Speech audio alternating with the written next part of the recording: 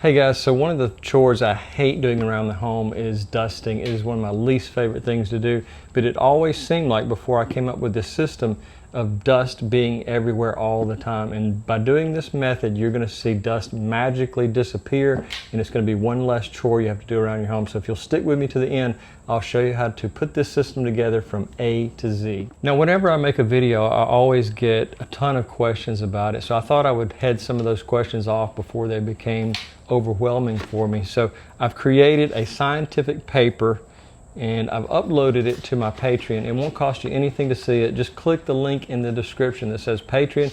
You can go to that area. You'll see a drop PDF form that you can just open and you can download it straight to your printer. So this is a very detailed example of what I'm talking about eliminating dust for your home. But not only can you eliminate dust, if you follow these guidelines, you can even go down to the part of eliminating flu and things like that, reducing the chance of having colds and flus in your home by using this method. So not only are we getting some of the larger particles like dust and pollen, we go all the way down to microns, just a fraction of a hair in width, and this actually works for that. I'm going to tell you why, and you can get away with doing this very cheaply. It's not expensive, but just follow along and I'll show you exactly how to put this system together. Now I'll go over some items you're going to need to put the system together, and some of it is 1/2-inch PVC. Now it's optional, you don't have to use this, but it makes the system a little bit more sturdy and less likely to fall over. So if you have a little bit of experience with using PVC, you can use a PVC cutter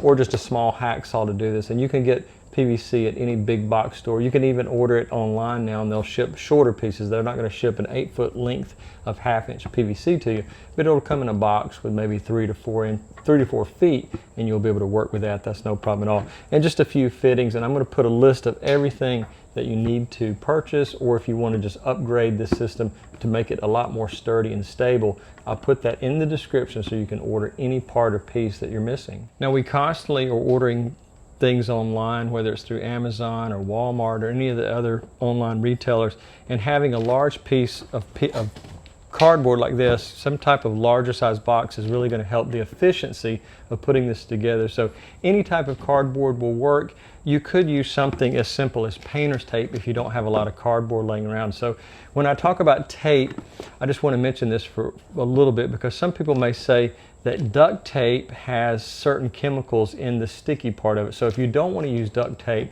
there are eco-friendly tapes you can use to assemble this entire system together. I'll put a link for those as well. But if you're hesitant to use any kind of super sticky tape that you feel might be toxic, or you're hypersensitive to any type of chemicals, and some people are, you can use the eco-friendly tape, but I'm just going to go with standard painter's tape.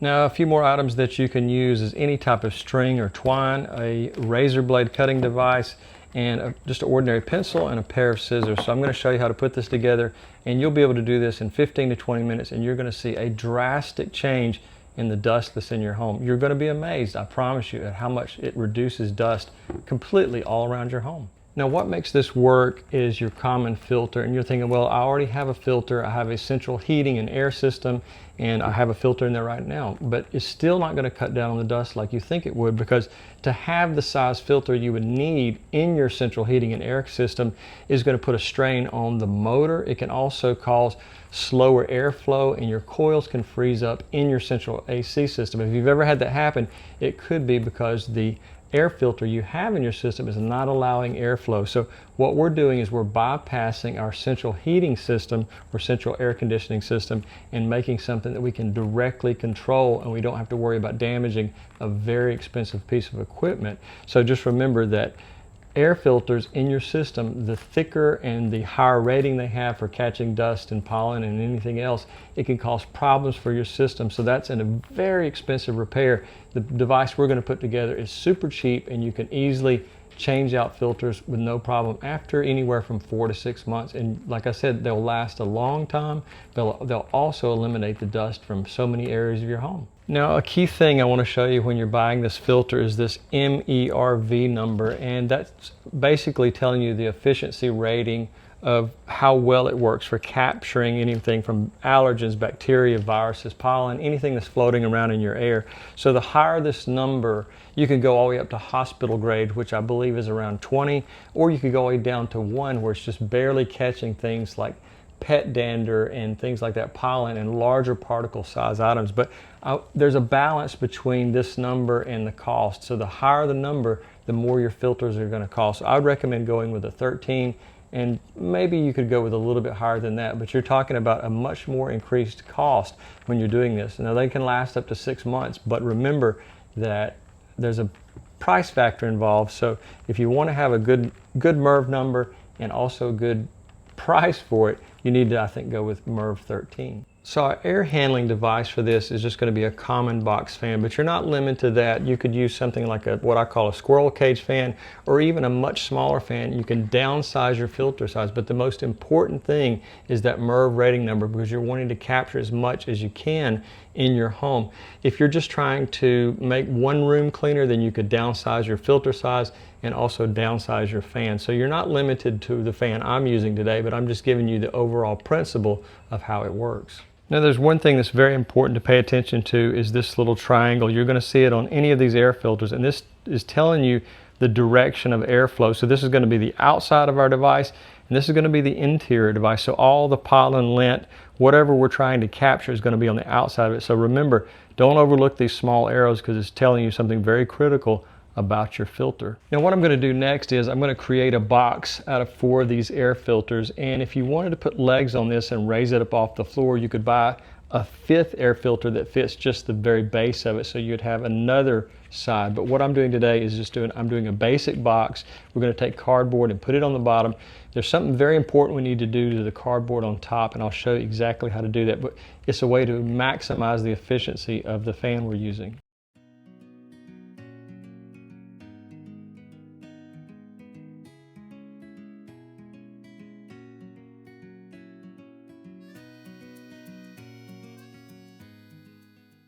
Now this box contained, I believe, a piece of furniture we had to assemble, so it's a heavy duty box, so the stronger your cardboard, the better. But what we're going to do is we're going to go around the outside of our air filter box we've created. Try not to move it, and just run your pencil over all 4 sides, and then we're going to take a razor blade and cut it out. So just make sure you mark it very well, because you want an exact fit on the base of your filter box.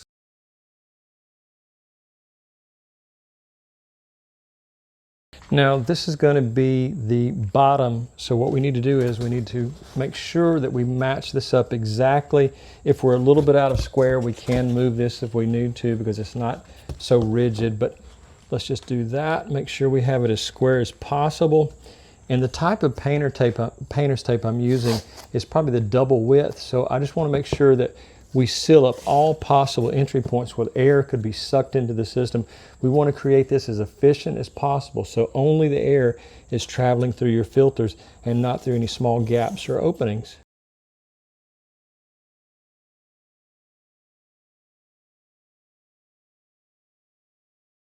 Now what we're going to do is we're going to set this on the top facing outward, but just setting it on the top is not good enough, because we can have air. Obviously there's a little gap on each side, so the air can be pulled in there. It's not being pulled into the filters. Also around the edges here, this can be a problem, because you can have airflow being pulled because there's resistance around the box itself, so air can go into all 4 of these corners as well. So we want to create a very small or a smaller opening so that only the air is coming out and air is being pulled in through all 4 sides of our filter box. Now we're just going to reverse what we just did. We're going to flip our box over that we were using, excuse me, and we're going to do the exact same procedure on the opposite side of our furniture box and draw out the lines exactly the way we did on the other side.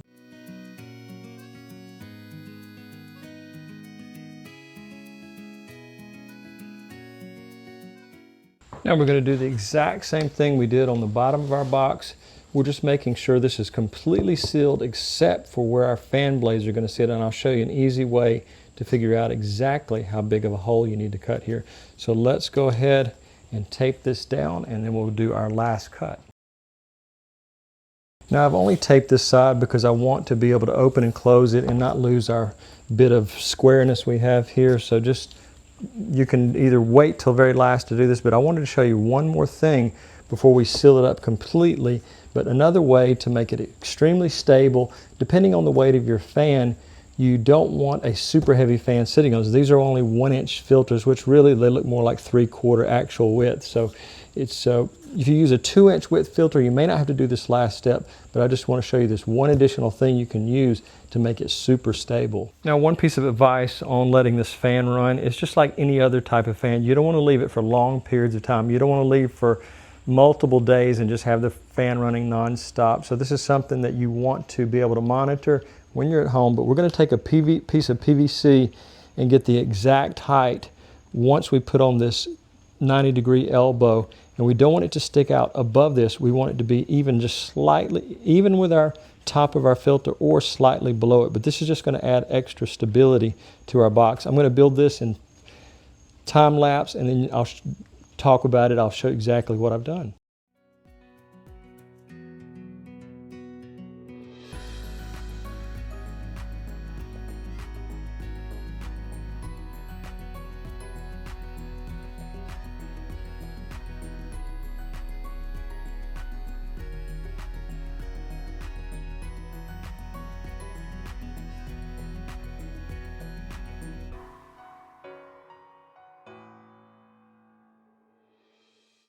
Now I'll go over with you what I just did here with this 1/2-inch PVC and just a handful of fittings. I had these 4 90s on all 4 corners. I had some 1/2-inch T's, and just probably, if I had to guesstimate, less than 1 piece of 8-foot PVC, maybe a little bit more. I'm not exactly sure because I was starting with 4 or 5-foot pieces, but we've added a lot of stability. So these, like I said, are pretty thin. They're only 1 inch in width according to the manufacturer. I think you're more closer to maybe 1/2 inch. But anyways, what we're doing is we're just trying to add some stability to this, make sure it doesn't fall over, make sure that if a cat or dog get in contact with it, they just won't collapse the whole thing. So that adds a little bit of a skeleton framework to the inside.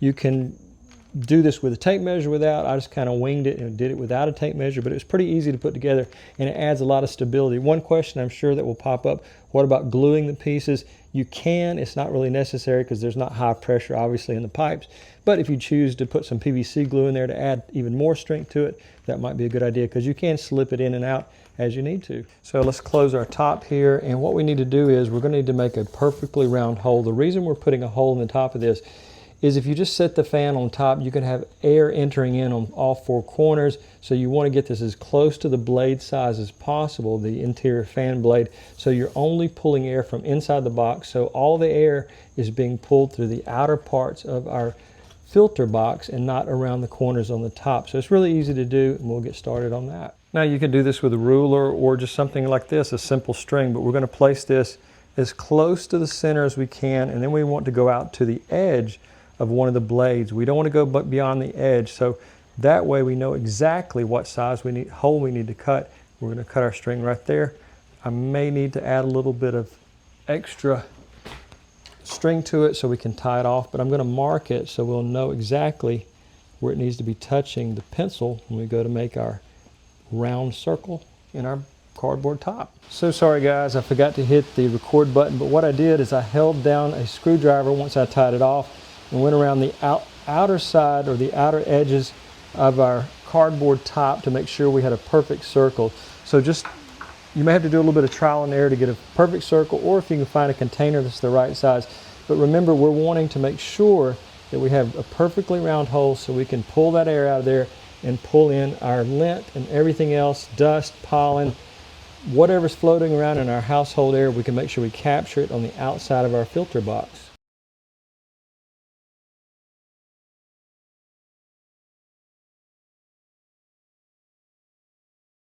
Now the next thing I need to do, I need to dump out, because I've got some small cardboard in there, so I don't want that to stay in there. I want to clean it out as much as possible on the inside, and then we're going to tape off the outer edges. So guys, sorry about the extra noise. It started raining outside. I'm hoping it's not too big of an issue, but we don't want to throw away this centerpiece that we've cut out earlier. We want to put this as close to the center as possible, and then we're going to mark off on our fan. We're lucky as this fan already has kind of a circular pattern, but what we want to do is we want to tape off all these areas with our painter's tape so we can concentrate the airflow right in the center, and we don't have any extra air being sucked in from anywhere. So we can set this on top and not have to worry so much about any of these open spots around the outer edges. So I've carefully taped around the outer edges here. We can remove this. We've got almost a perfectly round circle, so all of our air can be concentrated into this one area. So we just want to make sure that we're not losing any efficiency around the outer edges. When we flip this over, our air is going to be being pulled only through the filter around all four sides, and we don't have to worry about any loss of efficiency or losing out on the perfect nature of this air filter. Now I'm going to carefully flip this over and match up the inner hole of the cardboard with our tape to make sure there's no gaps there, and so that way we don't have to worry so much. Even though it's hanging over a little bit on the side, we don't have to worry about that because we have tape on the back of this, so the air is going to come through here just perfectly. I'm going to plug it in and I'll demonstrate to you the airflow around the filter side. All right, I hope you can hear me all right because I've got the fan running, and it kind of sometimes whenever you get a microphone close to a fan it makes a lot of noise, but anyways, you can see that it is pulling air from the outside. This is just a common paper towel, and it's pulling air from all four sides and filtering it at the most simple way you can do it, but one of the most effective ways to keep dust, pollen, and even cutting back on colds and flus in that season of the year. Now let's say you don't like the look of the box fan on the top. You can place one of these squirrel cage fans down inside of it, and what you would do is you take a piece of cardboard and make a homemade vent just running up straight up. You can tilt it any way you want to, and so you still have a lot of airflow coming in, and these actually produce a lot more airflow than a standard box fan. They're a little bit more expensive, but they create a massive amount of airflow. And the other thing is once you have that inside, you wouldn't cut the big circle, you just cut a very thin rectangular just like that where you're coming out, and so make your own little vent there from this. You'd need to tape the cardboard to it, make it exact size, then have it come out the top, and so it wouldn't look so obvious as to what it is. It would look a little bit more like a piece of furniture.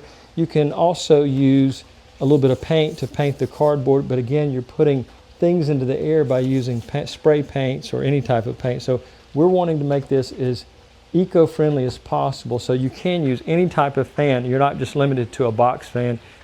Now, if you don't like the look of the exposed filters like that, you can buy something like this. This is just a common laundry bag, and you can cut off just the right amount size and just mount it, tape it just where you need it there. And so that would make it a little bit less obvious as to what it's made out of. But taking something like this, you can buy these online. I'll put a link in the description, or you can get them at your local dollar store, and that can kind of add a little bit more, a better look to it. And since there's two sides on this laundry bag, you'd only need two of these. You just cut it, have one going down one side, one the other, and then use another laundry bag on the opposite side. So I want to give you a close-up of this little page that came with the filters, and I want to show you exactly what it's capable of filtering, and I think you'll really be surprised at what MERV 13 can get rid of. So if you want to do a screenshot, you can just go through each item really quickly. So guys, you can do a quick screenshot. See there, we're talking about everything from pollen to virus carriers. So guys, I did mention this earlier in the video, but I just want to mention it one more time, that this MERV capabilities guide that I've created and I've put up on my Patreon won't cost you anything to look at it and print it off directly as a PDF from that page. So take a look in the description. You can go there and get a copy of that. That covers a lot more than just what it talks about on the page here, because this talks about going all the way up to MERV 20 down to MERV 1.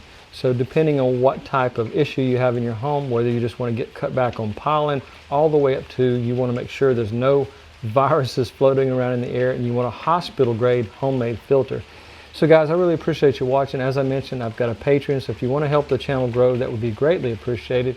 If you have a question about this video or any previous video, I hope you'll become a public subscriber first, because I put those questions in the front of the line to answering them in the YouTube management page. I can filter the comments that way, so I can catch subscribers first and I get their questions answered as soon as I get anywhere from 100 to 300 questions and comments a day. So guys, I really appreciate you watching, and have a great day.